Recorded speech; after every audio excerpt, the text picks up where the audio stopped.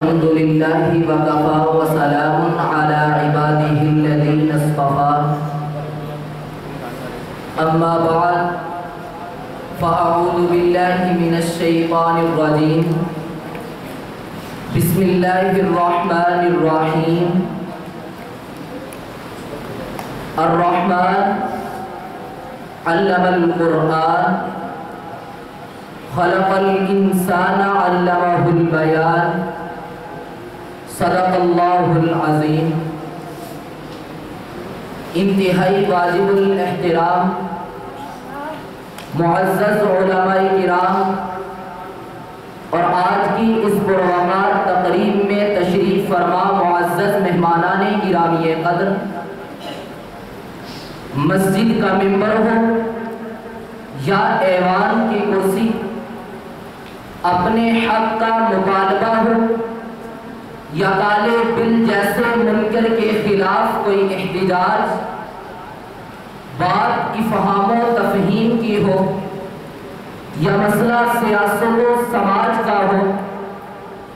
گفتگو ابلاغ کی ہو یا صحافت و میڈیا کی، بات کہیں کی بھی ہو کسی کی بھی ہو، الغرض مشرق سے لے کر مغرب تک، شمال سے لے کر جنوب تک، زمین سے لے کر آسمان تک، دنیا کے گوشے گوشے چپے چپے تک، ہر کالے اور ہر گورے تک، ہر عربی و عجمی تک اللہ رب العزت کا نام پہنچانا ہماری ذمہ داری ہے۔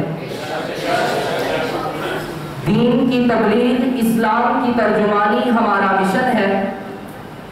اور اس مشن کی تکمیل اور احیاء علم دین کے لیے سب سے مؤثر ذریعہ زبان و بیان کا ہے، اور یہ ہر داعی و مبلغ، مترجم و معلم، ہر عالم و طالب کی جان و شان ہے۔ میرے محترم بھائیوں، نبی داعی تھے، ہم بھی داعی ہیں، نبی مبلغ تھے، ہم بھی مبلغ ہیں، اور اس حیثیت سے ہمارا ہر فرد داعی، مبلغ و مترجم، مقرر و خطیب اور ناصح ہے، اور جب یہ وراثت ہمارے ذمہ ہے تو ہمیں چاہیے کہ ہم اپنے اندر وہ اہلیت و صلاحیت پیدا کریں جس سے ان ذمہ داریوں کا حق اچھی طرح ادا ہو سکے۔ الحمدللہ مدارس دینیہ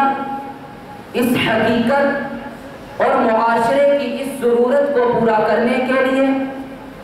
شب و روز محنت کر کے ایسے منظم افراد تیار کر رہے ہیں جو فن تقریر و تحریر سے دین اسلام کو دنیا میں پھیلائیں۔ آج آپ کو اس مقصد کے لیے یہاں جمع کیا گیا ہے کہ الحمدللہ جامعہ سیدنا حسین بن علی رضی اللہ تعالی عنہما میں دین اسلام کی اشاعت کے لیے مستقبل کے معماروں کی فنی صلاحیتوں کو اجاگر کرنے کے لیے فن خطابت پر خصوصی توجہ دی جاتی ہے۔ ہر جمعرات کو اساتذہ کرام کی نگرانی میں